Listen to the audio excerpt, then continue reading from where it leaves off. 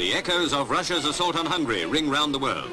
In Saigon, capital of Vietnam, girl demonstrators march in protest against the Soviet crushing of Hungary's bid for independence.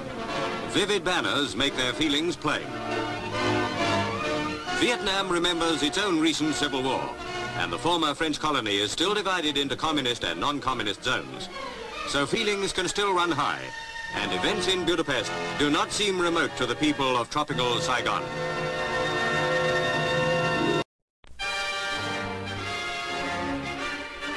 For the third time in 10 months, chaos instead of orderly government rules in South Vietnam.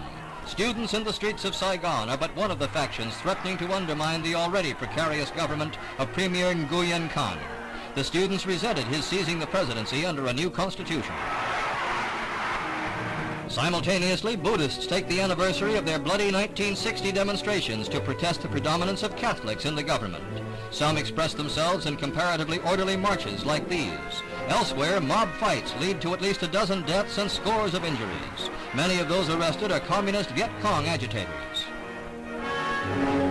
With Premier Khan relinquishing the presidency, the government is temporarily headed by acting Premier Nguyen Oanh, a Harvard-educated economist who had been deputy premier for finances. Whether he and the military leaders can work out a lasting government and end the bitter factionism of South Vietnam is a question that concerns not only that beleaguered country, but the whole world.